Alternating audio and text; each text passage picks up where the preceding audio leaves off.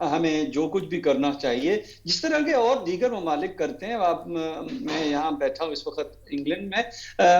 یہاں پہ انگلینڈ میں ہر ملک کے جو ٹریڈ اٹیچیز ہیں وہ لوگوں کو انوائٹ کرتے ہیں, اپنے پاس بلاتے ہیں, اور اپنی اپنی پروڈکٹ کی اشاعت کے لیے جو بھی مدد کر سکتے ہیں وہ کرتے ہیں. تو پاکستان کی جو تجارتی اٹیچیز ہیں مختلف ایمبیسیز میں, یہ ان کے اوپر ایک بھاری ذمہ داری ہے کہ پاکستان کی تجارت کو فروغ کیسے حاصل کریں, اور اپنے کسٹمر اور سپلائر کی رسائی تک کے لیے ان کے پاس کیا کیا انتظامات ہیں جو وہ اپنے پاکستانی کاروباری حضرات کو دے سکتے ہیں. اچھا مرزا صاحب, عثمان صاحب, ہارون صاحب نے بات بالکل میں آگے سیکنڈ کرتا ہوں. دیکھیں ہم جاتے ہیں نا باہر, تو وہاں یہ ہوتا ہے, ہونا چاہیے کہ ہمارا پورا ایک سیٹ اپ ہوتا ہے جو ایمبیسی ہوتی ہے.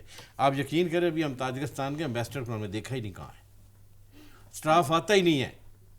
پی ایم گیا, پی ایم کے ساتھ خفیہ کمرے میں رکھ کے کسی کو نزدیک نہیں, وہیں سے فارغ کر دیا. اصل بات یہ تھی پی ایم جب بیٹھتا ہے تو اس کے سامنے جو 200 بندہ بیٹھا تھا نا, اسے کیا پتا کون ہے کون نہیں. انہوں نے مائک اپنے بندوں کو دیا, یہ بولے یہ بولے یہ بولے, بات ختم ہو گئی. اب ساتھ دوسری گزارش یہ ہے کہ انہوں نے بڑی اچھی بات کی ایس ایم ای کی. ایس ایم ای کی ہم کہتے ہیں ایک ایس ایم ای آپ کی ریڑھ کی ہڈی ہے, چھوٹا, اس کو آگے لائیں گے نا. آپ انڈسٹری زون لگاتے ہیں, ان کے لیے چھوٹے چھوٹے پلاٹ علیحدہ رکھیں, ان کو بہت کم نرخوں پہ دیں, لیز پہ دیں. آپ کی خواتین ہیں وہ بہت کوشش کرتی ہیں. اب ہمارے اس وقت تقریباً 16-17 چیمبر خواتین کے بھی ہیں, فعال بھی ہیں, لیکن دیکھیں اب ان کو آگے لائیں گے. ہمارے ایس ایم ای کے چیمبرز بھی ہیں. اصل بات یہ ہے کہ جب تک جو آپ دیکھیں ٹیڈ ایپ کو بزنس کمیونٹی کے لیے, کامرس منسٹری کے جو ادارے جو ہیں یہ تھے بزنس کمیونٹی کو فیسیلیٹیٹ کرنے کے لیے.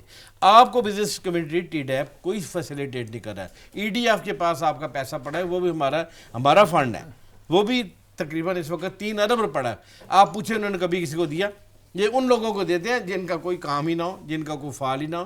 ہماری سار کی بلڈنگ زیر تعمیر ہے جی 2.5-3 ارب روپے کی. بڑی مشکل سے ہم نے اسے انڈیا نہیں آنے دیتا تھا, ہمارے قائدین جو تھے انہوں نے یہاں لائے بڑی مشکل سے. اب آخری مراحل میں ہے, انہوں نے اتنا لیٹ کر دیا, اتنا لیٹ کیا, جو 1 روپے کی چیز 100 روپے کی ہوگی. اب ہم ان سے کہتے ہیں یار 10 کروڑ روپیہ آپ اس کو دے دیں تاکہ یہ تیار ہو جائے. اس میں بھی حجت ہے, پیسہ ہمارا ہے سر. یہ افسر شاہی یہ نہیں چلنے دیتی. اس ملک کو وزیر اعظم کی بڑی خواہش ہے, اس میں کوئی شک نہیں.